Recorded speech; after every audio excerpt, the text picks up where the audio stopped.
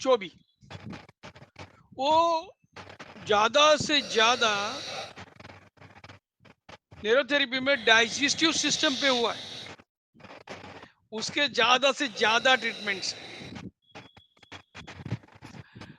और एक मेडुला हम फॉलो कर रहे हैं,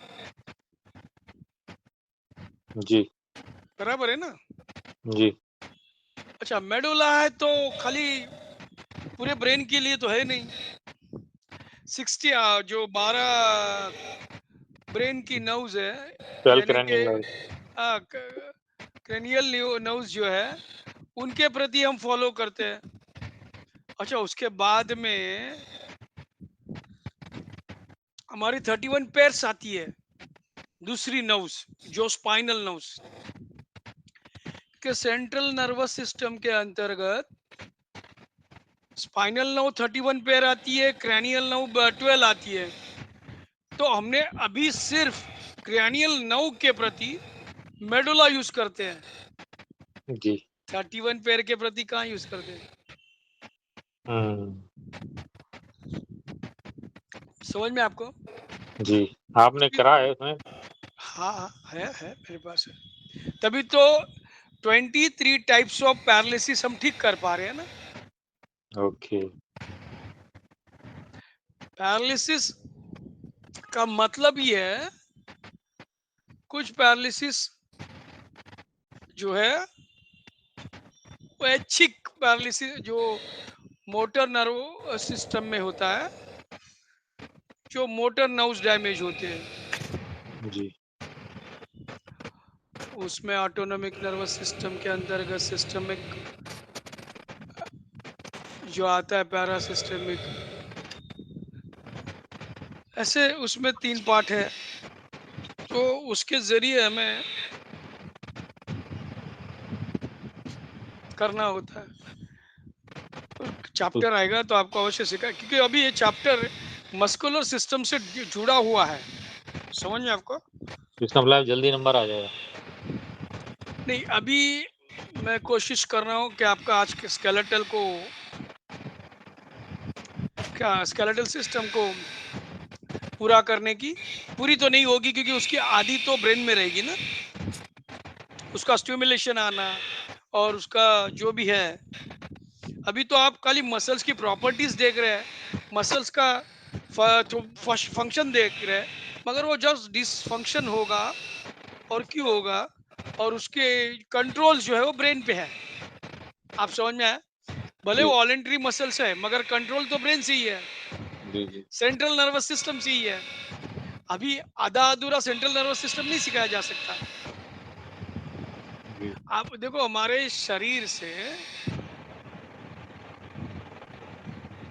हर एक बात जुड़ी हुई है। It's a one complete systemic units. क्या कहा मैंने?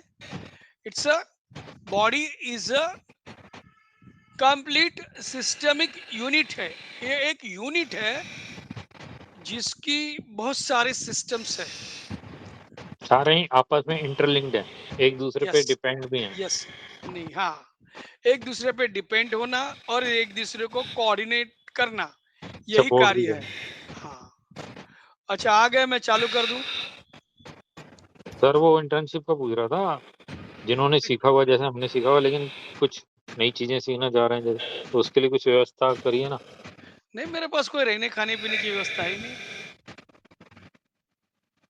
मैंने कहा आपको, मेरे पास रहने खाने पीने की कोई व्यवस्था है नहीं। मैं कहाँ से करूँ आपकी व्यवस्था? मुंबई है भैया, मुंबई में बहुत सफर रहता है। मुंबई में कोई भी चीज आसानी से नहीं मिलती, और जिसको मिलती है उसको मिल जाती है। अगर खाने पीने की व्यवस्था स्वयं कर ली जाए तब। इसका, खाने पीने रहने की व्यवस्था स्वयं कर ली जाए। हाँ, तो हम सोचेंगे ना, अभी तो बारिश में कुछ नहीं होगा। मैं भी नहीं आ रहा, इससे मैं बात आना चाहता हूँ। हाँ, बात की बात करेंगे, हम ठीक अभी है इस सिस्टम पे चर्चा करेंगे। ठीक है, चलें आगे बढ़ते हैं। हाँ, हाँ, वैसे क्या नाम आपका? अनिल भट्टीजा जी। जी सर। शायद बारिश के बाद एक स्पेशल क्लास चालू होने वाला है सैटरडे संडे, शायद। तो आप उसमें आ सकते हो सैटरडे संडे, मगर वो उसमें रहना खाना आप नहीं देखना है, आप मैंने सिखाना है, पर उसकी फीस है अलग से। उसमें डिजीज स्ट्रांगली सिखाई जाएगी, क्लिनिकल फीचर सिखाए जाएंगे, पेशेंट को किस तरह से हैंडल किया जाता है, पेशेंट को किस तरह से एक्यूरेट डायग्नोस किया जाता है, और उस समय गुरुजी के दिए हुए ट्रीटमेंट्स किस तरह से यूज किए जाते हैं। जी, जी। अभी हम चालू करते हैं मस्कुलर। चलिए इन्फॉर्म कीजिएगा, देखते हैं। हाँ हाँ, करेंगे थोड़ा बारिश के समय बाद। पहले, मैं कुछ समय पहले कर लूँगा, इमीडिएट नहीं, जैसे इसी हफ्ते शुरू कर नहीं दिया। नहीं, समय समय मानसून के बाद ही होगा। ठीक है जी। ठीक है। तो अभी हम ठीक है, 17 जन है, कोई फर्क नहीं गिरता। सर ऐसा है ना कि जो लोग बोलिए ना, टाइम बोलिए। पर सर जो लोग टाइम पर आ जाते हैं ना, और जो लेट लतीफी करते हैं उनकी आदत है, वो एक बात करेंगे ही सुनिए, मेरी मतलब। मेरी बात सुनिए, मैं आपको एक बात बताना चाहता हूँ। अब ये उनको रिकॉर्डिंग मिल रही है ना, इसलिए ये कर रहे हैं। नहीं सर, अगली रिकॉर्डिंग बार ग्रुप मैं ने ऑर्डर बंद देखो, कर दिया, भेज ही नहीं बात रहे, बंद सुनो कर दिया। हाँ नहीं, अगली बार जो है ना, जैसे डाइजेस्टिव सिस्टम शुरू हो जाएगा, मैंने रिकॉर्डिंग किसी को देने के लिए बोलना ही नहीं है, और हाँ रिकॉर्डिंग जो कर रहा है उसने देना ही नहीं है। नहीं देंगे ही नहीं सर, क्योंकि हाँ, मगर मतलब मेरे ये को चीज, भेजना जरूर है, हाँ नहीं, मुझे जरूर वो मेरे भेजना है। पास है, वो मेरे पास है सर, है ना। वो दूसरा है, हाँ क्या है कि मतलब रिकॉर्डिंग देने का एक ये साइड इफेक्ट आया है कि भाई हम हाँ, मतलब 12 बजे तक नींद खराब कर रहे हैं, और वो लोग आराम से आ रहे हैं, मन कर रहा है तो नहीं आ रहे, नहीं आ रहे तो बाद में मांग लिया। बराबर ठीक है है भाई, चल रहा है ना साहब। सत्येंद्र जी, एक बात सुनिए। मेरा एक तरीका है सिखाने का। मेरा में गुरुजी तब आते थे जब वो गुस्से में होते थे, और उसी टाइम मेरा सामना हो जाता था। तो मैं सामने आया तो गुरुजी बोलते हैं, सारा गुस्सा मेरे पे है, तेरे को क्या लगता है, क्या ये खाली लात मारने नहीं रहती थी? मैं चुप रहता था, गुरुजी है। फिर पूछता है कि इसमें कुछ लॉजिक है कि नहीं? बोला, गुरुजी लॉजिक, बगैर लॉजिक कोई भी घटना का परिणाम अच्छा नहीं आएगा। क्या कहा मैंने? बगैर लॉजिक किसी घटना, यानी कि कोई व्यवस्था या कोई सिस्टम या कोई कार्य कर रहे हो, अगर उसमें कोई लॉजिक नहीं होगा तो परिणाम अच्छे नहीं आएंगे। अगर लॉजिक नहीं होगा तो परिणाम कुछ भी आ सकते हैं। परिणाम कुछ भी आ सकते हैं, इसका मतलब क्या? अच्छे भी परिणाम आ सकते हैं, बुरे भी परिणाम आ सकते हैं, या परिणाम कुछ आ भी नहीं सकते। कहने का मतलब, हमारे मराठी में कहावत है, उपड़ी घड़ेवर पानी ओतने। उपड़ी घड़ा मतलब जो पानी से भरा हमारा घड़ा होता है, जिसमें हम पानी भर के पीने के लिए घड़ा भर के रखते हैं, अगर उस घड़े को आप पलटी कर दो, उल्टा रख दो, और उसमें चाहे, वो घड़ा तो 5 लीटर का है, आप 5,000 लीटर भी उस घड़े पे धारा छोड़ो, वो घड़ा कभी भरने वाला नहीं है। समझ में आया? आप लोगों को मैं एक ऐसी चीज सिखा रहा हूं जो बहुत महत्वपूर्ण है, जो न्यूरोथेरेपी में सबसे पहले ये था ही नहीं। क्या कहा मैंने? हाँ, मैंने 2003 में या 4 में 2004 जनवरी में आश्रम को 2 बैनर लगाए थे। सेल, केवल सेल। हाँ, लाइसोसोम, एजोम, ओजोम, खुल के बोल रहा हूँ, खुल के बोल रहा हूँ, रिकॉर्डिंग है, आप रिकॉर्ड कर रहे हो मैं जो बोल रहा हूँ, बिंदास। उसके बाद सेल्स के ऊपर ज्यादा स्टडी आ गई। मैंने कहा कि जब मैं, गुरुजी मुझे भेजते थे इनके पास, तब मेरी चेष्टा बहुत की जाती थी, क्या सेल, हमेशा सेल टिश्यू, सेल टिश्यू। अभी भी जो आप मेरे साथ पढ़ रहे हैं वो भी मेरी चेष्टा कर रहे हैं। ये क्या? क्योंकि उनके ज्ञान के बाहर ही है।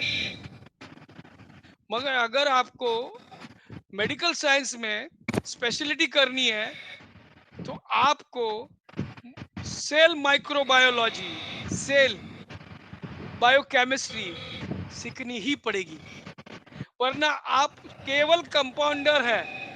क्या कहा मैंने? केवल कंपाउंडर है। जिस तरह से डॉक्टर लोग बोलते हैं 2 Crocin, 2 pain killer, 2 folic acid की टैबलेट दे देना, बस वही है, आप कंपाउंडर हो। क्योंकि गुरुजी ने लिख के रखा है, ये बीमारी है, ये ट्रीटमेंट दे दो। अब हार्ट में ब्लॉकेज है तो इकोस्प्रिन खून पतला करने के लिए डॉक्टर लोग देते हैं, और वही टैबलेट हमें हेपरिन, पी हेपरिन नामक हमारी फॉर्मूला है गुरुजी ने बनाई हुई, वो देते हैं। तो बस हम है क्या? कुछ भी नहीं। क्या हमारे पास डायग्नोस है कि बीमारी ढूंढने की? है क्या? नहीं है। हमारे पास परफेक्ट डायग्नोस सिस्टम नहीं है। जब भी कोई संस्था बनती है, मैं आपके 15 मिनट लूंगा चर्चा के लिए, ताकि आपको ये सीखना ही है। It's a clinical notes. आपको पता है एलोपैथी में पहली तो एक बड़ी स्ट्रीम है जिसको हम एलोपैथी कहते हैं। एलोपैथी के सहायक है पैथोलॉजी, रेडियोलॉजी, ये दो एक है। तीसरी और एक है नर्सिंग। चौथी संस्था है उनके साथ, यानी कि एक सिस्टम के साथ काम करती है, वो होती है मटेरियल्स, यानी कि सर्जिकल मटेरियल्स बनाना या सर्जिकल इंस्ट्रूमेंट, ये सब उसको बोलते हैं बायोटेक। एक सिस्टम है बायोटेक, बायोटेक्नोलॉजी। क्योंकि एक्सरे मशीन बनाना और उस मशीन का इंजीनियर होना, उसको उस एक्सरे मशीन के द्वारा आपके शरीर में एक्सरे से ट्यूबरकुलोसिस चेस्ट में है कि नहीं ये देखना, या सीटी स्कैन बनाना। सीटी स्कैन जब करते हैं तो सीटी स्कैन की मशीन बनाना, ये सब बायोटेक में आते हैं, बायोटेक्नोलॉजी आती है। उसी तरह से वो पैथोलॉजी डिपार्टमेंट है ब्लड में, फिर हिस्टोलॉजी डिपार्टमेंट है, ये स्ट्रीम है। ये सारे एक सहायक है। तो हमारे न्यूरोथेरेपी में क्या है, मैं आप खुल के बोलता हूँ, क्या हम पेन क्रिया को दबा के केवल पेन क्रिया में पेन है ये चेक करें? तो नहीं, आप डायाफ्राम का पेन भी वहां पे है। कहा डायाफ्राम जो है वो भी वहीं पे है ना, बराबर पेन क्रिया डायाफ्राम के नीचे है, तो डायाफ्राम का भी पेन हो सकता है। अच्छा, पेन क्रिया में कोई बीमारी नहीं है, अंदर कोई नोडुल्स, नॉट, ट्यूमर या लाइपोमा है, उसका पेन आ रहा है, या वो आपको लग रही गांठ, तो क्या वो गांठ पेन क्रिया में है? क्या आप दबा के सिखा बता सकते हो मेरे को पेन क्रिया में दर्द है? तो पेन क्रिया में कैंसर हुआ है, या आप डिटेक्ट कर पाओगे? नहीं कर पाओगे। तो यही मेडिकल लॉजिक है, और उसके लिए आपको छोटे से छोटे पार्ट, यानी कि सेल जिसे कहा जाता है, और cell is a structural and functional unit of living human being, मानवीय शरीर का फंडामेंटल पार्ट है सेल्स, और इसी सेल के द्वारा सारे फंक्शंस होते हैं, सारे फंक्शंस। क्या कहा? ये 2004 के बाद में जब सेल स्टडी ज़्यादा शुरू हो गई न्यूरोथेरेपी में, गुरुजी ने शुरू, मैं पहले से करता था क्योंकि मेरे को डॉक्टर वैद्य साहब ने जो पीएचडी थे टाटा मेमोरियल हॉस्पिटल में, आ, खार घर में एक अभी बड़ा रिसर्च सेंटर खुला था, अभी तो रिटायर है सर, वैद्य साहब रिटायर है। वो एक उन्होंने पीएचडी की थी ओरल कैंसर के लिए, और वो एक लेबोरेटरी वहाँ पे 6 लैब्स है बड़ी, बायोप्सी की या एफएनएसी की या टेस्ट की, तो वो वहाँ के इंचार्ज थे। He is a incharge of one lab in Tata Memorial hospital for cancer.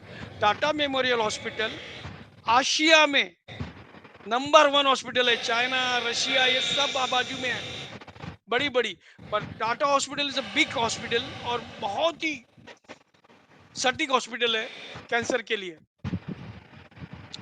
तो मैं उन्होंने मुझे कहा था, गुरुजी मुझे उनके पास भेजे थे, मैं उनकी सेवा में यानी कि ट्रीटमेंट देने में था, तो उन्होंने मुझे बोलते कि तभी तो हमारी एक हेपरिन देने के बाद 1.5 घंटा रुकना था, 1.5 घंटे के बाद ही हम दूसरी हेपरिन देते थे, फिर 1.5 मिनट आए, मैं तो तुरंत तुरंत देता था 1-1 मिनट के बाद। आपको सच्चाई बता रहा हूं मैं। हाँ, मैं उस वक्त ये सोचता था, जब किसी को बुखार आता है या खांसी आती है या कोई बीमारी है, तो pain killer, paracetamol, pain killer मतलब डायोफिनेक, और उसको वो मल्टीविटामिन एक ही साथ तो 4 टैबलेट दे रहे हैं। अगर हमारे फॉर्मूला परफेक्ट है, heparin is a perfect, 125 dihydroxy is a perfect, अगर हमारी फॉर्मूला परफेक्ट है, वी नो कि हमारा लॉजिक के हिसाब से, पैरामीटर के हिसाब से हमने ऑक्सीजन ट्रीटमेंट दिया है, तो उस पेशेंट के ऑक्सीजन लेवल को बढ़ाया है और बढ़ेगा। We got a result, parameters that confirm है, तो डरना किस बात का है। हार्ट 1 मिनट में एक साइकिल तो कर ही लेता है, 8 मिनट की उसकी साइकिल है, 8 सेकंड की उसकी साइकिल है, 8 सेकंड की, तो कितने हो गए उनके 1 मिनट में cycle. But blood circulation 10,000 litre करेगा वो, यानी कि कम से कम 1 से 2 मिनट के अंदर अंदर हमारा 5 लीटर ब्लड निकल जाता है। 1-2 मिनट ठीक है, और उससे भी माइक्रो टाइम में, माइक्रो सेकंड में हमारे बॉडी में इतने हार्मोन्स, इतने केमिकल बनते हैं। मैं डोपामाइन ये शब्द, उस केमिकल का नाम पूरा बोलने से पहले डोपामाइन हमारे बॉडी में बन के उसको यूज करके खत्म हो जाता है। अब बोलो, अब मैं डोपामाइन दे के 2 मिनट क्यों रुकूं। गुरुजी ने पार्किंसन में अभी लास्ट क्लास में मैंने सिखाया, गुरुजी ने सिखाया, जो हमारा बॉडी का कॉम्बिनेशन देखिए, न्यूरोट्रांसमीटर के साथ में हार्मोन काम करेंगे, पर इनके लिए रॉ मटेरियल बनाने का काम एंजाइम्स करेंगे। ये बेसिक आपको समझना है। मैंने आपको बताया हेपरिन बॉडी में बन रहा है, आपका लेक्चर चालू है, हेपरिन बॉडी में बन रहा है। अब हेपरिन बनना बंद हो गया, अरे दे दो, लीवर दे रहे हैं हम पेनक्रिया दे रहे हैं, हम लंग्स को स्टिमुलेट कर रहे हैं, पर बाबा एक काम है उधर, हेपरिन बनाने वाला सेल डैमेज है। वो कौन सा है? Mast cell. जब मास्ट सेल में कोई इंफेक्शन है और मास्ट सेल कार्य नहीं कर पा रहा है, हेपरिन नहीं बना पा रहा है, मान लो एग्जांपल ऑटो एंटीबॉडीज बन रही है, जैसे बीटा सेल्स होते हैं जो इंसुलिन बनाते हैं, तो उसके अगेंस्ट में ऑटोइम्यूनिटी आ जाती है, एंटीबॉडीज बनती है बीटा सेल्स के अगेंस्ट, तो इंसुलिन नहीं बना पाता है। आप कितने पेनक्रिया दोगे? 100 पेनक्रिया? इंसुलिन बनेगा? कभी नहीं बनेगा। जब तक आप बीटा सेल्स के ऑटो एंटीबॉडीज उसके अगेंस्ट बनने वाले स्टॉप नहीं करते, you can't cure that patient. चाहे कितने भी एलोपैथी में या चाहे कितने भी न्यूरोथेरेपी में इंसुलिन नाम की ट्रीटमेंट बनी हो, मतलब ही नहीं है। क्या आप लोग सब मेरे से बात करो, मैं जो बोला समझ में आपको? यस सर, समझ में आ रहा है मैं क्या बोल रहा हूँ? Yes sir, yes sir. Sir yes sir आ रहे हैं। हाँ, जरा मेरे को आवाज दो तो मैं सुनो। ये तो मेरे को लगा कि आप भी सो गए। नहीं तो सर, आपको ये बहुत ध्यान से सुनते हैं सर आपकी क्लास, सोते अभी नहीं है। अभी सुनिए, अगर मास्ट सेल में कोई इंफेक्शन है और वो काम नहीं कर रहा है तो हेपरिन तो नहीं बनेगी। सर वो अच्छा, कैसे पता करेगा मास्ट सेल में मैं आपको समझा रहा infection? हूँ, ऑटो एंटीबॉडी बन गई। अब ऑटो एंटीबॉडी आप स्टॉप नहीं करोगे तो हेपरिन कैसे बनेगी? हेपरिन ही नहीं बनेगी। अच्छा, मास्ट सेल ठीक है, अभी देखो मैं आपको बहुत डेप्थली सिखा रहा हूँ। मास्ट सेल ठीक है, वो अपना फंक्शन कर रहा है, पर उसके पास हेपरिन में हाइलोरेनिक एसिड की आवश्यकता होती है, उससे बनता है जिसको गैग्स बोलते हैं। गैग्स मैंने सिखाया शॉर्टकट। और गैग्स बनने के लिए ग्लाइकोप्रोटीन्स की जरूरत है। अच्छा, ग्लाइकोप्रोटीन्स यानी कि शुगर और प्रोटीन्स डाइजेस्ट होंगे स्टमक में। अच्छा, वो डाइजेस्ट ही नहीं हो रहे हैं, फिर ऑब्जॉर्ब ही नहीं हो रहे हैं, फिर वो फॉर्म ही नहीं हो रहा है ग्लाइकोप्रोटीन का, और उससे वो केमिकल बनेगा हाइलोरेनिक एसिड, वो नहीं बन रहा है। अच्छा, वो सारी सिस्टम में प्रॉब्लम है। अच्छा, मास सेल नॉर्मल है, आप ब्लड टेस्ट किया बाबा, हाँ आरबीसी नॉर्मल है। मैंने आपको बताया था ना, माइटोकॉन्ड्रिया डैमेज है, वो आयन फॉर्मेशन नहीं कर रहा है। अब आप करोड़ रुपए की आयन खाओ भैया, आयुर्वेदा में आयन भस्म खाओ, आयन की टैबलेट खाओ, वो रोज बीट गाजर का जूस पियो, कोई आयन बढ़ने वाला नहीं है। क्योंकि उसका जो सिस्टम है, हमारी आरबीसी बनने का भी एक सिस्टम है, हर सेल बनने का एक सिस्टम है। उसमें कुछ इंटरल्यूकेन की आवश्यकता होती है, कुछ प्रोटीन्स मार्कर्स की आवश्यकता होती है, कुछ इंटरफेरोन्स की सिस्टम्स की आवश्यकता होती है। एक से एक सारा यूनिट, मैंने कहा ना मल्टीपल यूनिट, मल्टीपल सिस्टम्स से बन के एक पूरा यूनिट बना है। और इसका ये डेप्थ है। आपको पता है, कोई बीमारी के जड़ में जाने के लिए हिस्टोपैथोलॉजी की आवश्यकता होती है, तो वो बायोप्सी करते हैं। आप में से सभी ने बायोप्सी की होगी। बायोप्सी का सर्वसाधारण शब्द है आपके शरीर के किसी भी अवयव में से जो इंफेक्टेड लगता है, या जिस माध्यम से हम आपका डायग्नोस कर सकते हैं, उस टिश्यू का एक छोटा सा हिस्सा शरीर से सॉकअप करके निकालना या कट करके निकालना, और उस पे एनालिसिस करके ये डिसाइड करना कि ये इंफेक्टेड है, या म्यूटेशन हुआ है, या डिजेनरेशन हुआ है, या ऑटो इम्यूनिटी आई है। इस तरह से उसको पैरेलल जो पैरामेडिकल लाइन होते हैं, उसके द्वारा इसको डायग्नोस किया जाता है। क्या न्यूरोथेरेपी में ये सिस्टम है? नहीं सर, सारा लेना ही पड़ता है पैथ लैब का। तो हम दूसरे किसी भी सिस्टम को कम यानी कि बुरा नहीं बोल सकते, या हमसे छोटा इस संसार में कोई नहीं है। क्या कहा मैंने?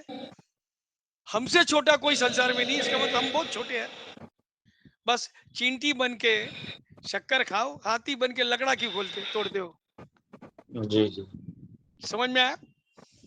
जी। तो मेरा तोते ना विचार है, हाँ सबका बोलिए। अपनी जगह इम्पोर्टेंस होती है, सबकी अपनी जगह इम्पोर्टेंस होती है हाँ सर। हाँ, मैंने चींटी की यही भी अपनी कहा, जगह इम्पोर्टेंस होती है। मैंने आपको यही कहा कि तोते ना बनो,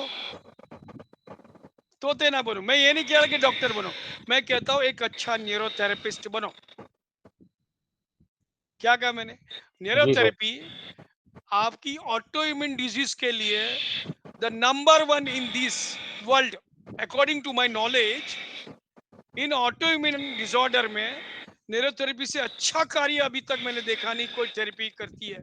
अकॉर्डिंग टू माय नॉलेज मैं कह रहा हूँ कि दुनिया बहुत बड़ी है, कहीं हो भी रहा होगा, शायद मेरा ज्ञान वहां तक नहीं पहुंचा है, या उनका ज्ञान मुझ तक नहीं पहुंचा है, शायद वो मुझसे भी बड़े होंगे। I appreciate. बस जो मेरे पास है मैं आपको देना चाहता हूँ, मैं देने की प्रयास कर रहा हूँ। हाँ, जिस तरह से एक क्लास में 50 लड़कों में से एक टॉपर आता है, एक फेल होता है, तो उसके लिए सिखाने वाले की क्या होती है, गलती नहीं होती है।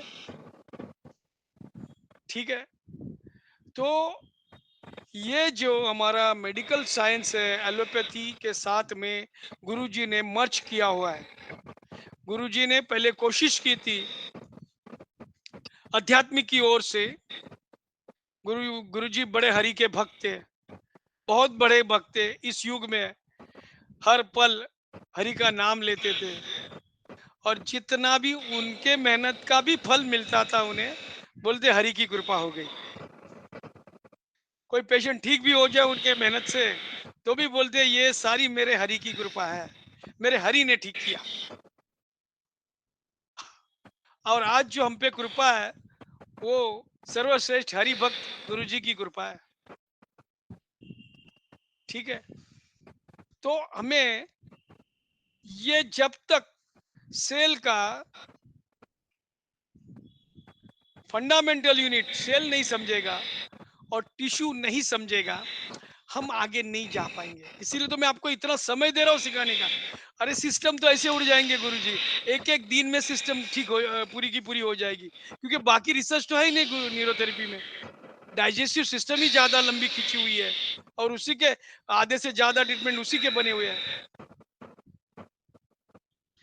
बाकी तो सारी पूरी सिस्टम नहीं है, कुछ बीमारियों के प्रति है। समझ में आपको? अभी चलो मेरे पास एक नोट्स है, मैं उसको मस्कुलर में एक 10% बीमारियों का नाम बोलता हूँ, ठीक है। 10% बीमारियों का नाम जो मसल्स में आते हैं, और उसके कॉजेज क्या है क्या नहीं हम समझते हैं, ठीक है। हमें कितने पता है मैं नहीं बताता हूँ, आप लोगों को पता होगा। आगे चलते हैं। और जितने भी पैरालिसिस है सारे मसल्स की बीमारियां हैं, ठीक है। जितने भी पैरालिसिस है उसमें मसल्स इंक्लूडिंग रहता है, मसल डैमेज होती है, होती ही है, मसल्स पे ही उसका इफेक्ट आता है। अभी देखो disorder of the skeletal muscles, उसमें सबसे बड़ी पहली बीमारी है muscular dystrophy, disease involving muscle tone, उसमें बहुत सारे आएंगे। Fibrillation and denervation, hypersensitivity, muscles की बीमारी है। Myasthenia gravis, Lambert Eaton syndromes, McArdle disease, mitochondrial myopathy,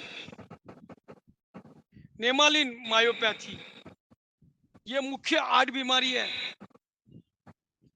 अच्छा, मोटर न्यूरॉन डिजीज 9 से आती है, पर इफेक्ट क्या होता है? SMA, मस्कुलर एट्रोफी, कहां से आती है? नर्वस सिस्टम से। अफेक्टेड कौन होता है? मसल्स। मसल्स में डिफॉर्मिटी आ जाती है, कार्य नहीं करता। देखिए थोड़ा, अब मस्कुलर डायस्ट्रोफी में, मस्कुलर डायस्ट्रोफी लिया, उसमें क्या क्या है? एक मस्कुलर डायस्ट्रोफी, मगर क्या है? डचमैन, सॉरी, हाँ हाँ डचनी मस्कुलर डायस्ट्रोफी, ब्रेकर, सॉरी, हाँ बेकर, बेकर मस्कुलर डिस्ट्रोफी। मैं बोलता ना बेकर बेकर, अल्लाह पालसी, ऐसे भीख मांगने के स्टाइल में, पालसी बेकर। मैंने आपको बोला था ना, कोई बोलेगा मेरे को हाँ या ना? मैंने कहा था सैटरडे नाइट पालसी में पहचानने का कि ऐसे हाथ पीछे जाएगा, और बेकर में ऐसे आएगा हाथ मांगने, भीख मांगने की जैसा, बेकर पालसी। हम तो खाली पैरालिसिस लेके चलते हैं। Disease involving muscle tone, muscle tone में आएगा हाइपरटोनिया, हाइपोटोनिया। हाइपोटोनिया में देखिए क्या है, ध्यान देना, अभी नाम लोगे तो आपको मालूम भी नहीं पड़ेगा। हाइपोटोनिया, डाउन सिंड्रोम, नाम तो सुना है, ट्रीटमेंट मालूम है, पर क्या बीमारी, कहां से आई, कैसे आई? देखो down syndrome, chromosomal disorder, characterized by the physical and learning disabilities. Down syndrome आते हैं ना, मंगल चाइल्ड, तो लर्निंग डिसेबिलिटी आती है। माइस्थेनिया ग्रेविस, कैर्निकटेरेक्स करके एक बीमारी है। अच्छा, उसका बचपन में ही आना होता है। कहां से आती है? जब छोटा बच्चा होता है ना, उससे बचपन में ही जॉइंटिस हो जाती है, उसके कारण ब्रेन में डैमेज हो जाता है। Brain damage cause by jaundice. मैंने आपको बताया था कि अगर एल्ब्यूमिन एल्बिन्यूरिया हो गया, ब्रेन में चला गया,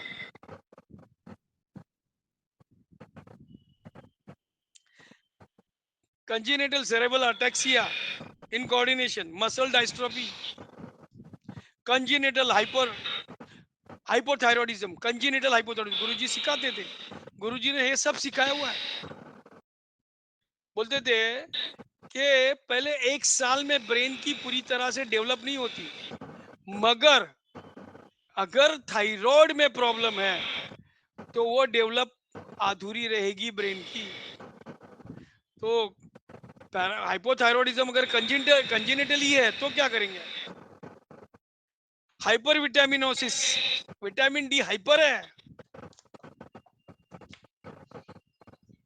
एक पैरालिसिस आता है बोटुलिनम, उसको बोलते हैं इन्फेंट बोटुलिज्म, यानी कि जन्म से ही पैरालिसिस। हमारे एक थेरेपिस्ट थे, वैसे मैं नाम नहीं लूंगा, हाँ, बड़ो एब्सोल्युटली नॉर्मल है। मायोटोनिया, हम कल बीमारी के नाम ले रहे कुछ, हाँ, माइटोकॉन्ड्रियल मायोपैथी, क्योंकि हमारे पास, याद रखिएगा, सिंपल ही शब्द है डीएनए, और डीएनए में क्या है? जीन्स है। अब ये जीन्स एक माता से आए हैं और एक पिता से आए हैं। जो एलील होता है हमारा, एलील छोटा होता है वो माँ का, बड़ा होता है वो पिता का, ऐसे एलील होते हैं। इसमें कितने जीन्स माँ के हैं, कितने जीन्स पिता के हैं, वो चेक किया जाता है। मगर एक शब्द लिख के रखिए, आपके दिल, दिमाग, ब्रेन सब में, जब कोई माइटोकॉन्ड्रियल डिजीज आती है तो that's come more than 70% from mother.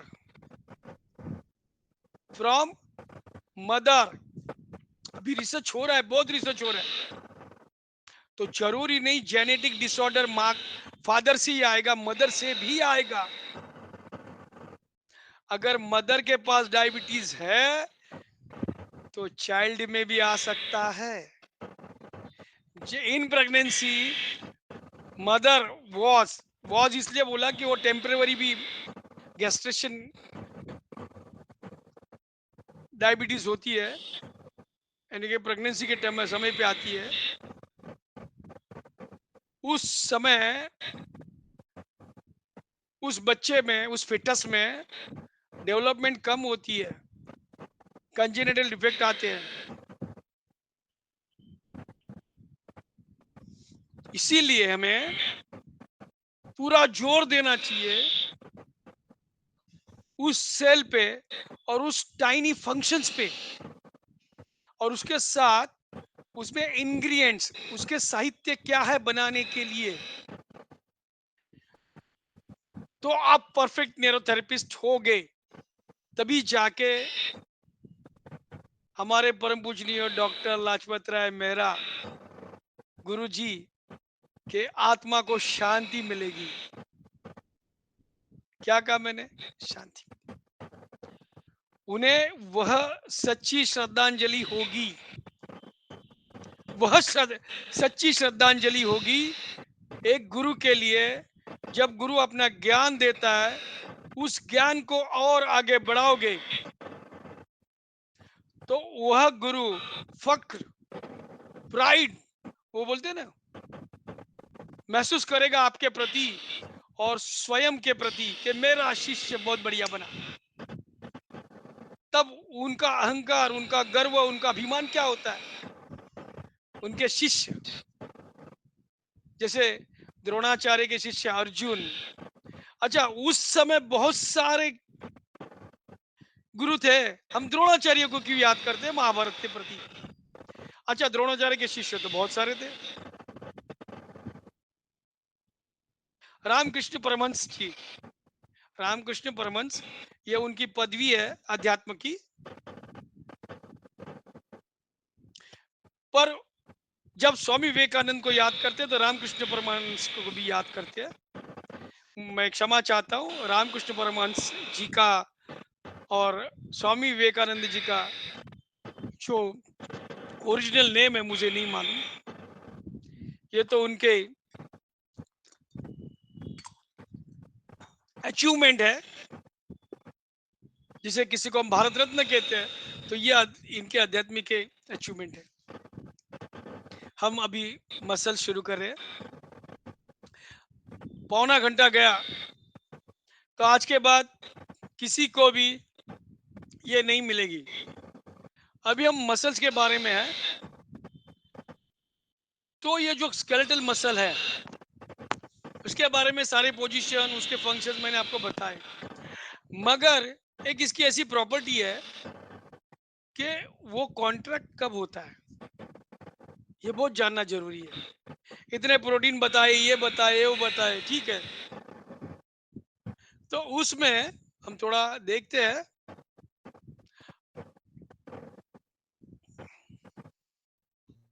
ठीक है, आगे से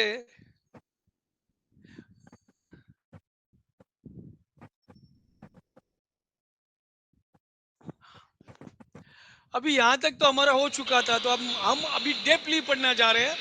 इसमें देखिए, हमने ये देखा एपिमाइसिया, फिर देखा ब्लड वेसल है, यहाँ पर नर्व भी है, वहां पर न्यूरो मस्कुलर जंक्शन है, वो देखना है। ये पेरीमाइजियम देखा हमने, इंडोमाइजियम देखा हमने, फाइबर्स देखे। अब ये फाइबर पे लाइन है, मसल फाइबर का मतलब है मसल सेल, ठीक है। उसमें क्या क्या है फंक्शन, अगर उसको समझेंगे तो पूरा मस्कुलर सिस्टम हमें समझ में आएगी।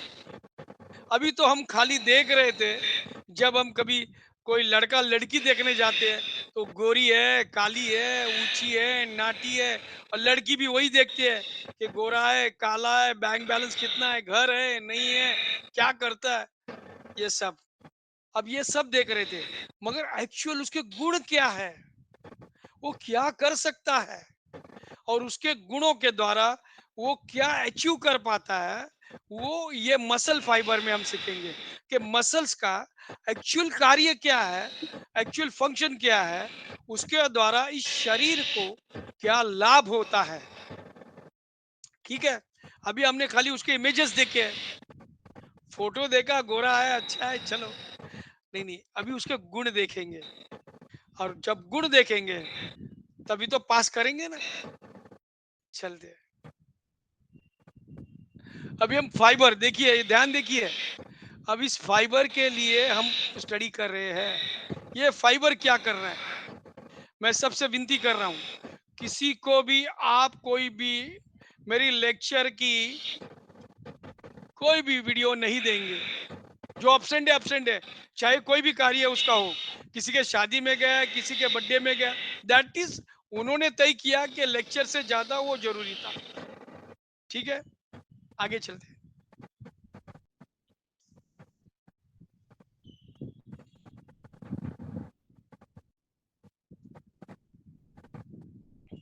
देखिए, उस फाइबर को हमने बाहर निकाला है, क्या किया है, फाइबर। अब इस फाइबर को बाहर निकालने के बाद मसल सेल, ये पूरा का पूरा रॉड जो है, रेड एंड ब्लैक लाइन है, व्हाइट लाइन है, स्ट्रिप्स है उसके ऊपर, तो ये मसल्स यानी कि मसल फाइबर या मसल सेल कहा जाता है। अच्छा, उसके अंदर क्या है, सार्कोलीमा, जो अंदर एक लेयर है, फिर क्या है, मायोफाइब्रिल नाम का फाइबर्स है। अच्छा, इसमें देखिए, ये दिखाया आपको न्यूक्लियस, है ना, वो सेल है पूरा का पूरा फाइबर, उसमें न्यूक्लियस है। अब ये इन्होंने कुछ ऐसा दिखाया आपको, क्यों नहीं आ रहा है, इसको ऊपर करके छोटा करूं क्या, हे प्रभु, थोड़ा व्यू में छोटा करता हूं तो पूरा चित्र आएगा।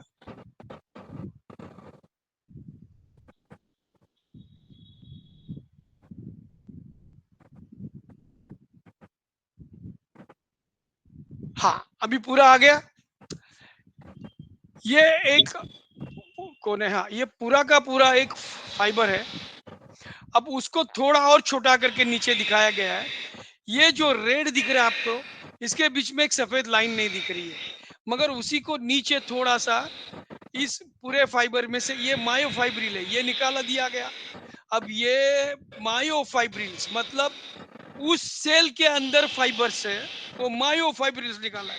एक सेल के अंदर फाइबर्स, जिस तरह से सेल के अंदर मैंने आपको सिखाया था फिलामेंट्स है, एक्टिन फिलामेंट्स, फाइब्रिल्स, वो ये मायोफाइब्रिल्स है, यानी कि मसल सेल के अंदर के फाइबर्स है, ये निकाला। और मसल सेल्स को हम पूरी तरह से फाइबर कहते हैं।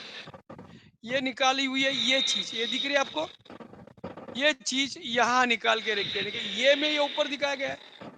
अब ये उसकी फाइब्रिल दिखाई गई। अब हम इसमें थोड़ा सा ध्यान देंगे। हाँ, अब ये नीचे उसमें से ये जो ये निकाला वो बी पार्ट इधर दिखाया गया।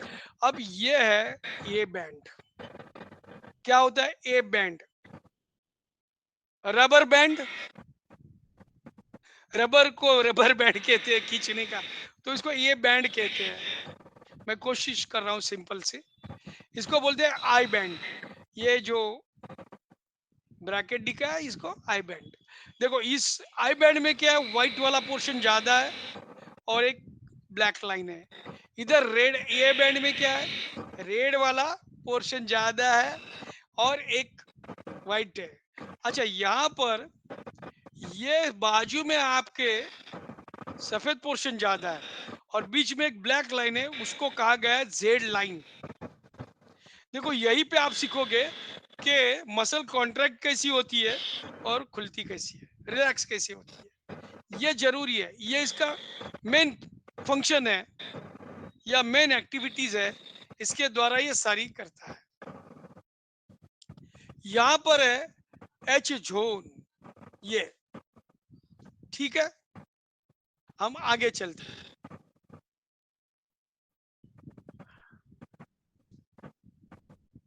हाँ, अभी उधर बताया था आई बैंड और ये बैंड। देखो फिलामेंट्स है, मैंने बताया था सेल के अंदर फिलामेंट्स है।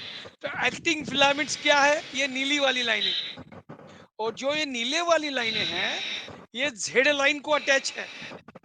किसको अटैच है? जेड लाइन को अटैच है। अच्छा, ये जेड लाइन है तो ये भी जेड लाइन है, और ये नीली वाली लाइनें हैं, इसको बोलते हैं एक्टिंग फिलामेंट्स, ठीक है। अच्छा, ये जो रेड बैंड है, ए बैंड जिसको कहा गया ए बैंड, उसमें क्या है, ये रेड वाला, ये क्या है, मायोसिन फिलामेंट्स। क्या है? मायोसिन फिलामेंट्स, ठीक है। अब ये रेड वाले तीनों क्या है, तो ये तीनों मायोसिन फिलामेंट्स है, और यहाँ पे इसको एच जोन कहा है, बैंड नहीं, जोन, क्षेत्र, ठीक है। आगे चलते हैं।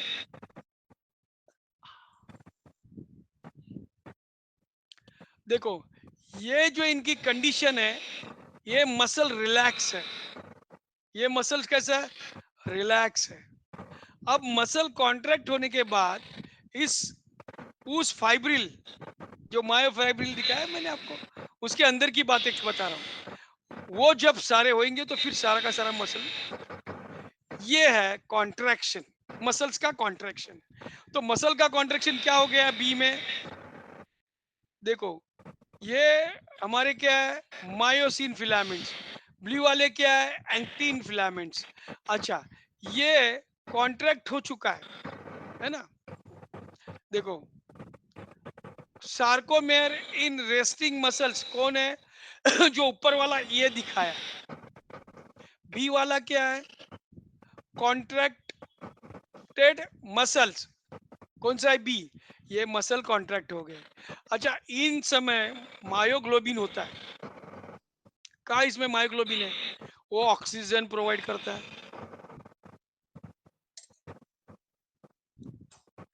सार्कोमेयर में, सार्कोप्लाज्मा में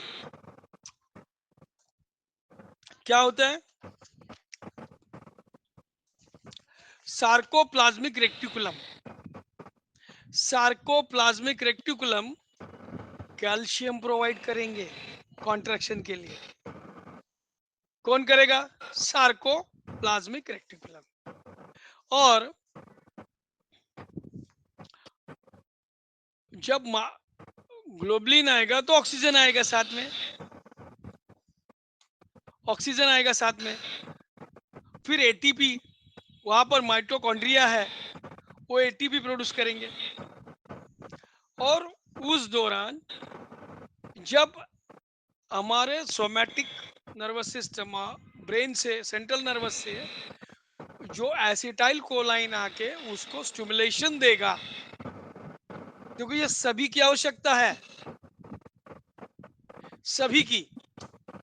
जब कोई पैरालिसिस पेशेंट होता है उसका हम बोलते हैं एक्टिव, वो एक्टिव नहीं होता।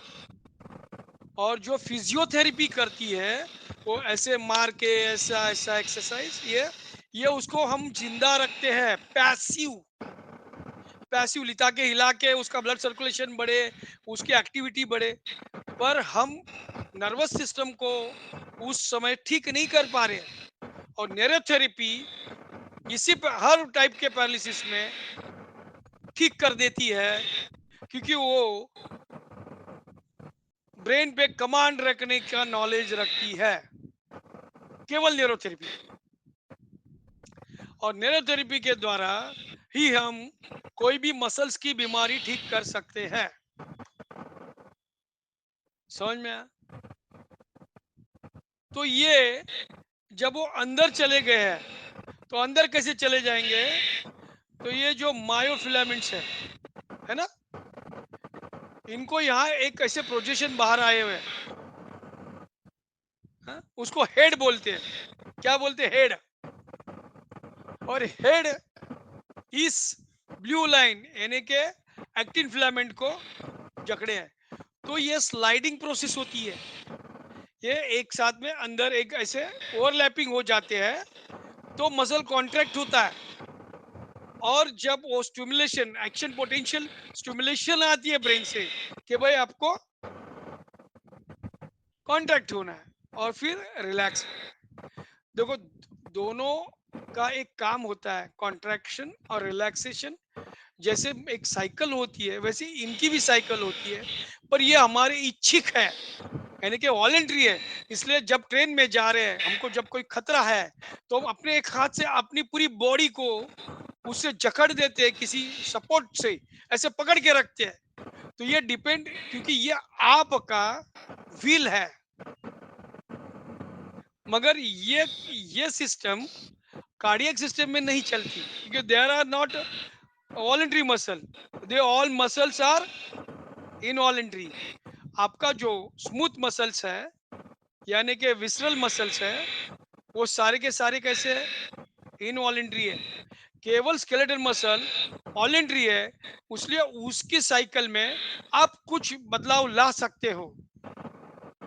जो एसिडिल कोलाइन है, ये मसल्स की एक्टिविटी के लिए काम करता है, मगर साथ में जितने प्रोटीन के नाम लिए उन सभी का आवश्यक होना बहुत जरूरी है। मान लो यहाँ पर आपके पास एक्टिन फिलामेंट्स फेल हो गए। जब एक्टिन फिलामेंट्स फेल हो गए तो अब एसिडिल कोलाइन के 15 मेडुला 1000 बार ट्रीटमेंट दो, फेल है, काम ही नहीं करेगा। जब फिलामेंट, जिस फिलामेंट को स्ट्रेच होना है या स्ट्रेच हो, रिलैक्स होना है और जाके जाम हो जाना है यानी कि कॉन्ट्रैक्शन होना है, वो फिलामेंट ही फेल है, तो आपका एसिडिल कोलाइन क्या कर लेगा? मैं समझ में आ रहा है आपको? कुछ बोल रहा हूँ, जरा मेरे को जवाब दो। समझ में आ रहा है मैं क्या बोल रहा हूँ? Yes sir, yes sir. हाँ, इसलिए हम लोग दे रहे हैं बाबा। अरे मैं 1 साल से दे रहा हूँ, पैरालिसिस ठीक नहीं हो रहा है। आप वो खोजो कि कौन सा डैमेज हो रहा है, कौन सी बीमारी है, उसमें क्या डैमेज हो रहा है। कौन सा प्रोटीन? सारा शरीर में प्रोटीन का खेल है। हमारा पूरा बॉडी का स्ट्रक्चर प्रोटीन से बना है। प्रोटीन के साथ ग्लूकोज ज्वाइंट होगा, ग्लाइकोप्रोटीन, या तो लाइपोप्रोटीन फैट ज्वाइंट होगी, या तो इंडिविजुअल प्रोटीन रहेगा, मगर प्रोटीन तो रहेगा ही रहेगा। तो जो भी प्रोटीन है, आपको पता है, मेरे पास एक फहीम नाम का लड़का आया था, पेरिस से आया था। पेरिस उसकी बर्थ है और पेरिस में अभी भी रहता है। 9 साल का था। उसको प्रॉब्लम था, लिवर डैमेज था उसका, और उसको एलर्जी, उसका इंटॉलरेंस था प्रोटीन्स, और वो बोलता है माइटोकॉन्ड्रियल डीएनए डिसऑर्डर था उसका। आपने डीएनए डिसऑर्डर नाम सुना होगा, पर माइटोकॉन्ड्रियल डीएनए डिसऑर्डर होने के बाद भी प्रोटीन में प्रॉब्लम आ रही है, और इन लिवर ठीक तो हो गया वो, उसको कोई प्रॉब्लम नहीं। मेरे को कब का हो गया, 15-16 साल पुरानी बात कह रहा हूं मैं। हुँ? तो मायो डायबिटीज में आप थोड़ा माइटोकॉन्ड्रिया को ठीक करो, वहां के डीएनए ठीक करो, और जितने भी बीमारियां माइटोकॉन्ड्रिया से आएगी, आप समझिएगा, पहले माँ का वेरिफिकेशन कीजिए। गुरुजी हमेशा हमें बोलते थे, अगर बच्चे में डिफेक्ट है तो पहले माँ का चेक करो, उसको गर्भावस्था में क्या क्या तकलीफें हुई थी, ब्लड प्रेशर था कि नहीं था, या मार लगा था, पेन किलर खाया था कि नहीं खाया था, कौन सी मेडिसिन खाई थी, क्या साइड इफेक्ट्स ऑफ मेडिसिन थी। तो मायोकॉन्ड्रियल डीएनए के कारण बहुत सारी बीमारियां आती है, और वो एलोपैथी में मैक्सिमम बीमारियां अनक्यूरेबल है। मैंने सारी नहीं की, ज्यादातर बीमारियां अनक्यूरेबल है। अब ये क्या है? Auto immune disorder, diabetes, pancreas का बीटा सेल डैमेज है, मास्टेनिया ग्रेविस, ऑटो इम्यून डिजीज। क्या आ गया? या आपका आ गया एमएस, ऑटो इम्यून डिजीज। बहुत सारे हैं। आप उस सेल को, जो उस सेल को इनहिबिट्स कर रहा है, या उससे बनने वाले केमिकल्स को इनहिबिट्स कर रहा है, या उसके आगे ऑटो एंटीबॉडीज बना रहा है, उसको जब तक आप स्टॉप नहीं करोगे, बीमारी ठीक नहीं होगी। मैंने कहा, या कैल्शियम नॉर्मल है, मगर ये एक्टिन फिलामेंट नहीं बना रहा है, बन नहीं रहा है अच्छी तरह से। अपना जो इसकी चेन है, हेलिक डबल हेलिक है वो, उसको हेड भी है, हेवी चेन है, स्मॉल चेन है, हेवी चेन है, सॉरी, डबल हेलिक समझ में आया ना? जैसे माइटो का अपना डीएनए ऐसा डबल हेलिक, डॉक्टर का सिंबल होता है 2 नाग ऐसे, और फिर ऐसे। हाँ, तो वो डबल हेलिक है। तो स्पाइरल, उसको 2 बाजू से। तो ये चेन, हमारी प्रोटीन्स की चेन को अगर आप ठीक करते हो, तो मैक्सिमम बीमारी ऐसे ठीक हो जाएगी, मैक्सिमम। ऑटो इम्यूनिटी सारी, अगर ऑटो इम्यून डिसऑर्डर है तो ऑटो एंटीबॉडी स्टॉप करोगे तो 100% ठीक होगा, होना ही है उसे। तो आज आपको ये तो मालूम पड़ गया कि यहाँ पे जो ये जो बैंड है, ये बैंड दिख रहे है ना आपको, ये ब्लू वाला है, फिर से ऊपर ले जाता हूँ।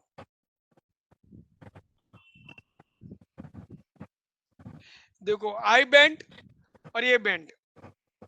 तो आई बैंड उसमें कहा जाता है लाइट बैंड और डार्क बैंड। क्या बोलते हैं? लाइट बैंड और डार्क बैंड। तो आई बैंड है वो क्या? लाइट बैंड है। उसमें से जब माइक्रोस्कोपिक देखा जाता है और उस पर लाइट छोड़ी जाती है, तो लाइट बराबर लाइन में निकल जाती है। क्या कहा? मगर डार्क बैंड में जैसे पानी में गोली मारो तो सीधी नहीं जाएगी, क्रॉस जाएगी। लाइट मारो तो क्रॉस जाएगी, क्योंकि वो हेवी मटेरियल है, लेयर पे लेयर पे लेयर। वाटर का मतलब क्या है? वो ना जाने कितने लेयर से भरे हुए हैं, पानी का पानी, लहरें हैं ना।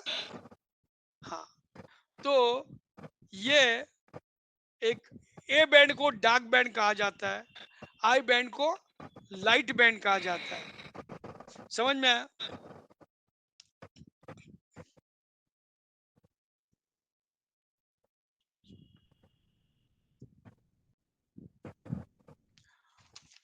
हमको ये एग्जाम में तो है ही नहीं, और हमें पर ये हमको जानना है कि कॉन्ट्रैक्शन कहाँ होता है, मसल्स का कॉन्ट्रैक्शन कहाँ होता है। तो मायोफाइब्रिल जो सेल के अंदर भी है और वहां पे उनको ये सारी चीजें मिलती है, तो ये आवश्यक होती है। हुँ? अभी आपको समझ में आया कॉन्ट्रैक्शन एंड रिलैक्सेशन मसल्स का कहाँ होता है? जरा जवाब दो।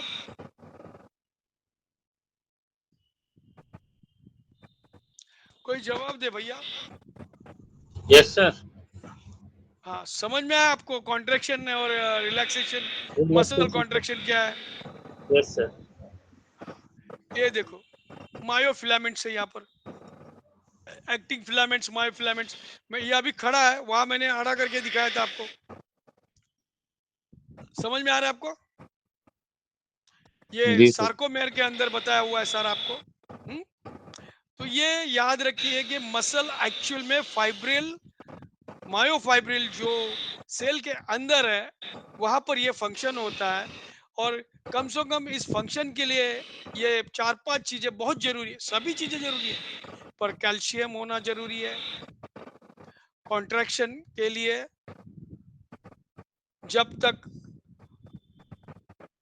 ऑटोनोमिक नर्वस से जो सोमैटिक नर्व्स स्टिमुलेशन नहीं आएगा, सोमैटिक नर्व्स का स्टिमुलेशन नहीं आएगा, तब तक कॉन्ट्रैक्शन नहीं होगा।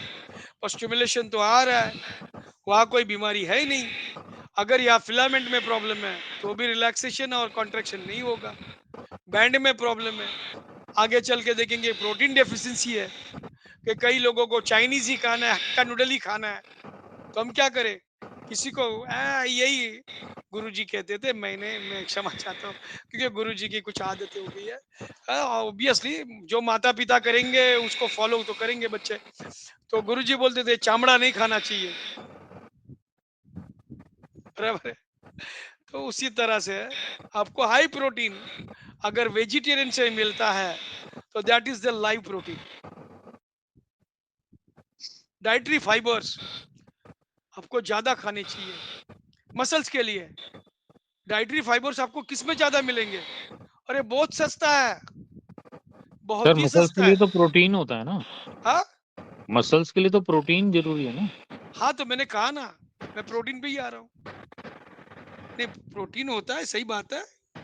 आ, उस प्रक्रिया को घटने के लिए, मसल्स बनने के लिए प्रोटीन है, प्रक्रिया घटने के लिए एसिटाइल कोलाइन्स के साथ में ऑक्सीजन और एटीपी भी जरूरी है और कैल्शियम भी जरूरी है।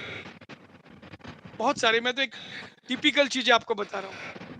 तो मगर ये डाइटरी फाइबर भी होना जरूरी है। अच्छा, आप बताओ मेरे को, डाइटरी फाइबर सबसे कम पैसे में आप कहाँ से मिलाओगे? आपको पता है इसबगोल, नाम सुना है आपने? जी सर सुना इसबगोल, है। हाँ, 30 रुपए का 100 ग्राम मिलता है मेडिकल स्टोर में। कोई ब्रांड नहीं, कोई उसका एक ब्रांड है पर कोई एडवर्टाइजमेंट नहीं है। क्या कहा मैंने? अगर कोई इंसान वो खाना खाने से 20 मिनट पहले 1 चम्मच पानी में घोल के पी ले, अब ये हमारे दिमाग में गया है, कॉन्स्टिपेशन है। अच्छा, रोज तू क्या लेता है? इसबगोल लेता है, दिमाग से हटाओ। Isabgol is a high fibre content product जिसे डाइटरी फाइबर बोलते हैं। हम ना जाने डब्बे के कितने पैक्स लेते हैं, कितने गोलियां लेते हैं, टैबलेट लेते हैं। हमारे देश में सबसे ज्यादा बनता है इसबगोल नॉर्थ में। पंजाब की तो फसल है इसबगोल की, और इतने सस्ते में मिलता है इसबगोल, 30 रुपए में 100 ग्राम। मैं कोई एडवर्टाइजमेंट नहीं कर रहा हूँ, मैं आपकी हेल्थ की बात कर रहा हूँ। खाना खाने से 20 मिनट पहले ले लो 1 चम्मच, आपका डायबिटीज भी छू हो जाएगा। खाने और क्या के बाद बेनिफिट है? हाँ और क्या बेनिफिट है खाना खाने से पहले लेने से? बोला डायबिटीज निकल जाएगा।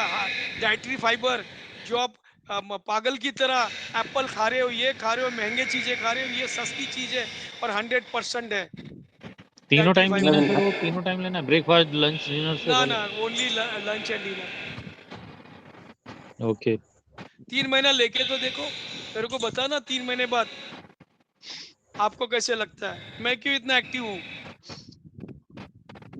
आप भी लेते हैं क्या? नहीं पहले ले, मैं एक देखो, हर चीज रोज नहीं ली जाती, हर चीज रोज नहीं ली जाती। जब भी कोई आप डाइट फॉलो करोगे तो 90 डेज करो, फिर उसको होल्ड पे डालो। जी। Got it? 90 डेज के ऊपर कोई भी कंटिन्यूटी नहीं करना, होल्ड करना है। तो डायबिटिक पेशेंट को बोल सकते हैं हम ये लेने के लिए? 100% बोलो। क्या कहा मैंने? 3 महीने लगातार लेना? लगातार लो। साथ में सुबह सब्जियां, सब्जा आता है ना, सब्जा, सब्जा पता है आपको?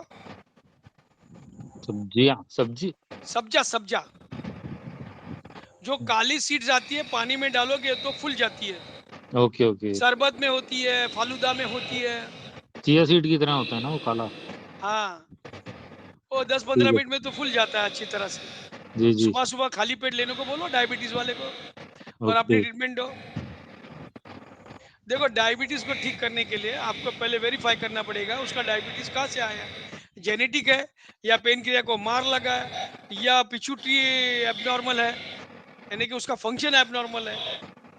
हाँ, कि एसीटीएच ज्यादा बना रही है। एसीटीएच ज्यादा बनाएगी तो एडिनल से शुगर ज्यादा बनेगी।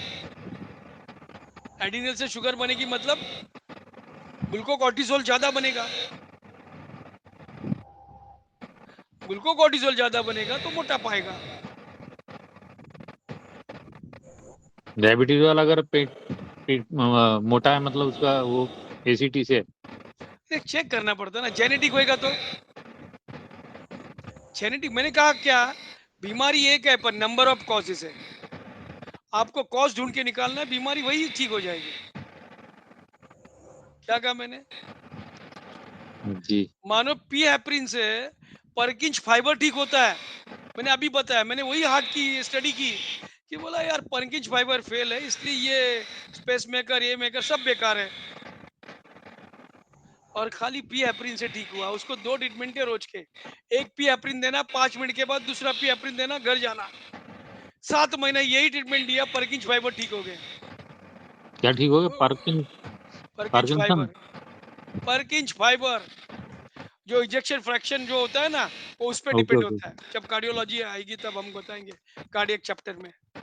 ठीक है, चलो, जय हिंद, जय न्यूरोथेरेपी, डॉक्टर लाजपत राय मेहरा की जय। जय। जय। आप थैंक यू सभी। सर। हाँ, ठीक है सर, थैंक यू। अच्छा, आपका मसल मैं अभी रोक रहा हूँ। अभी हम स्मूथ मसल पे जाएंगे, स्केलेटल मसल। आपको मैक्सिमम समझ में आया। अब जब ये आएगी नर्वस सिस्टम, तब हम उसके बीमारियों के बारे में ज्यादा डीप सोचेंगे। ठीक है, यानी कि जी sir. Muscular dystrophy, motor neuron, या जो अभी मैंने जितने सारे लिए हैं। हाँ, हाँ जी सर। थैंक ओके यू जी, sir. Thank sir you. Parkinson के बारे में एक बार और बता देना, पार्किंसन का। कौन बोल रहा है? सर रीना शर्मा। हाँ, दिल्ली से। कोई बात हाँ नहीं। जी सर। पार्किंसन ये 2 या 3 टाइप की है मेरे ख्याल से। जब आप डोपामाइन ज्यादा ले लेते हो, पहले पार्किंसन होता है तो वो कंट्रोल नहीं होता, हाथ शेक होता है, ये सारा। जब डोपामाइन ज्यादा हो जाता है तो हेमी पार्किंसन हो जाता है, बहुत स्लो हो जाता है। नाक पे मक्खी बैठी है, आप मक्खी चली गई, आपका हाथ पूछ रहा है, ये हेमी पार्किंसन है। और हाथ लेते वक्त थर रहा है तो ये पार्किंसन है। अच्छा, बॉडी सब ठीक है, पर आप साइन करने जाते हो हाथ हिलता है, पार्किंसन है। आप ऐसे कप और प्लेट ले रहे हैं और हिल रहा है चाय का कप या बसी, उसको बोलते हैं वास्कुलर पार्किंसन। ऐसे पार्किंसन बहुत है, और हर एक का न्यूरोथेरेपी में ट्रीटमेंट अलग अलग है। अलग अलग ट्रीटमेंट है, इतना याद रखिएगा। खाली 20 मेडिला और गैस आई 12 दिया तो पार्किंसन का इलाज हो गया, नहीं नहीं नहीं। हेमी पार्किंसन का इलाज अलग है, पार्किंसन का इलाज अलग है, और वास्कुलर पार्किंसन का इलाज अलग है, और भी सारी है। हम आगे बढ़ेंगे। जय हिंद, जय महाराष्ट्र, जय Neeraj Reddy. Thank you so much sir एक पार्किंसन जय प्लस हिंद। भी बीमारी होती है, क्या पार्किंसन प्लस भी एक बीमारी है। प्लस नहीं, मेरा कहने का मतलब और भी अधिक पार्किंग। नहीं, एक हमने पढ़ा हुआ है सर, पार्किंसन प्लस भी एक बीमारी है।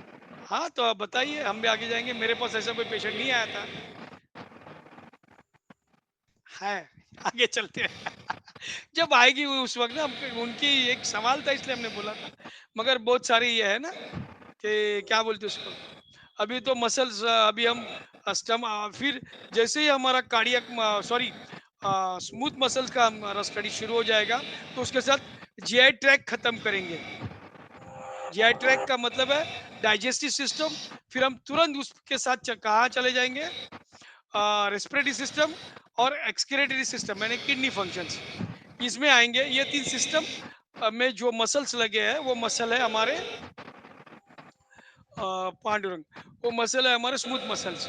तो वो सारे सिस्टम का, अभी स्केलेटल मसल जो था वो खाली स्केलेटल मसल्स के लिए था। अब दूसरा मसल से स्मूथ मसल, तो हम स्मूथ मसल के तीनों सिस्टम खत्म करेंगे, कि मसल सीखोगे तो वो आगे जाएंगे। अच्छा, वो खत्म होने के बाद हम लेंगे कार्डियक मसल्स, फिर ब्लड सर्कुलेशन को आएंगे, और जब तक मेरे को लगता है आपका साल पूरा हो जाएगा, क्योंकि बहुत धीरे जा रहे हैं और अच्छे जा रहे हैं। ठीक है। जी सर, लास्ट क्लास में आपने वो स्पेशल न्यू वेटर न्यू गोल का जिक्र किया था, वो फॉर्मूला अभी तक किसी ने नहीं दिया। होगा तो सही। सर नहीं मिला, प्लीज दे दो उसको, ग्रुप में डाल दो। आपने वही कहा ना क्या, अभी जो नहीं प्रेजेंट है तो उनको कैसे मैं दूं ग्रुप में डाल के। अब हमें कैसे मिलेगा? सर सर प्रेजेंट आपने डाल दिया। हाँ, सर प्रेजेंट थे, अभी तक नहीं मिला सर, हमको भी नहीं मिला सर 15 हमको भी मेडुला, नहीं 15 मेडुला, प्रेजेंट में है ना सर? 15 मेडुला, 15 मेडुला, हाफ कुंडली 6 second, half only 6 second into two right परकू, टू लेफ्ट परकू, 2 राइट परकू तो लेफ्ट परकू, 1 point goal, 1 point goal middle में। मिडल ही दो। और समझ में आया? बस यही वेटर सर। नहीं एक बार गोल है, फिर से रिपीट यही कर वेटर है। सर, एक बार फिर से रिपीट कर दीजिए। 15 मेडुला, हाफ कुंडली 6 सेकंड, टू राइट परकू, two, sorry, 15 medulla, two right परकू, टू लेफ्ट परकू, 15 मेडुला, टू राइट परकू, टू लेफ्ट परकू, हाफ कुंडली 6 सेकंड, 1 पॉइंट गोल। इसमें लिवर नहीं है। 1 पॉइंट गोल सर कितना बार है? एक ही है, मैंने इंटू कुछ नहीं बोला। हाफ कुंडली 6 सेकंड एक ही बार बोला, इंटू नहीं बोला।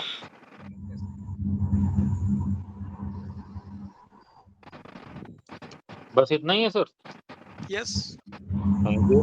15 medulla acetylcholine 6 second, right पर को लेफ्ट पर को आपके विटामिन से आ गए, और हाफ कुंडली 6 सेकंड आपका पिएप्रिन आ गया।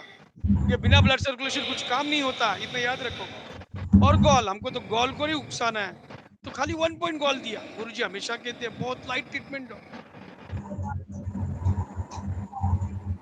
और ये वेटर जितना काम करेगा वो ओल्ड वेटर काम नहीं करेगा। जो स्ट्रॉन्ग वेटर है उसमें भी है ना 15 मेडुला, हाफ कुंडली 4, फिर गॉल है 6 गॉल, 9 गॉल है, और लीवर ज्यादा देना है, ऐसा कुछ है। Yes sir. कोई बताएगा Thank you. मेरे को, कोई बताएगा? ओल्ड सर, हमने बात- ओल्ड वेटर 10 मेडुला है ना, यहाँ 15 मेडुला है, बात नहीं हुआ है ना? 10 मेडुला, कुंडली ओल्ड 40 नाभि सेकंड, सेट, हाफ कुंडली 40 सेकंड है कि 40 हाफ 8 गॉल। हाफ कुंडली 8 गॉल, और 1 मिनट रुक के 9 गॉल, या तो गॉल 9 लीवर, गॉल का और लीवर का पेन निकालो, ऐसी वो बेटर है। 10 लीवर मैक्सिमम। हाँ, मैक्सिमम 10 लीवर, पेन निकालो ऐसा लिखते थे। तो वो था कि 10 मेडुला, देखो यहाँ 15 मेडुला है और 10 मेडुला है। फिर ओल्ड नाभिसेट है, हाफ कुंडली 40 सेकंड है, हाँ, और हाफ कुंडली 40 सेकंड के बाद गॉल है ना, यस, जी 8 जी गॉल है, 8 8 गॉल है। गोल, 8 गोल 10 हाँ लीवर उसमें, मैक्सिमम। 8 गोल है। और 8 गॉल या गॉल का पेन निकालो और 10 लीवर या लीवर का पेन निकालो। मगर ये स्ट्रॉन्ग देने से है ना शुगर बढ़ सकती है, और दूसरी बात भारत ये है कि हार्ट के पेशेंट के लिए ये नहीं देते, बहुत स्ट्रांग हो जाता है। और तो ओटिज्म में सर स्पेशल वाला दे सकते हैं, हाँ ओटिज्म में स्पेशल वाला दे सकते हैं ना हर एक को। हाँ, स्पेशल वाला है, स्पेशल ही है। ऑटिज्म को देखिए, देखो जिनके blood pressure systolic high, diastolic low या डायस्टोलिक हाई, सिस्टोलिक लो, और जो तालमेल नहीं है, हार्ट बीट कम है या ज़्यादा है, और ये सब सिस्टम है ना, ये तीनों पॉइंट में अगर खराबी है, वो चाहे कम ज़्यादा हो, तो ये स्पेशल बेटर काम करेगा। सर ये कितना ट्रीटमेंट में हाइपर कम करेगा सर? ये तो पेशेंट की बीमारी पे डिपेंड है, पेशेंट की उम्र पे डिपेंड है, पेशेंट की दूसरे कॉजेज पे डिपेंड है, पेशेंट के साथ में जितने कौन से कॉम्प्लिकेशंस है उस पर डिपेंड है। You can't ask like that. आप, मैंने क्या कहा, आप ये नहीं पूछ सकते कि कभी तक ठीक करेगा। मैंने मेरे जीवन में मैंने एक, मेरा जो पहला पेशेंट था, स्लीप डिस्क डायबिटीज, ये बेड रिटर्न था, मैं गया था, एक ही ट्रीटमेंट जो मैंने बी कॉम्प्लेक्स ट्रीटमेंट बनाई थी, उसे एक ही ट्रीटमेंट से वो ठीक हो गया। और मैं आज मैक्सिमम 22 साल से मस्जिदों में ट्रीटमेंट दे रहा हूँ।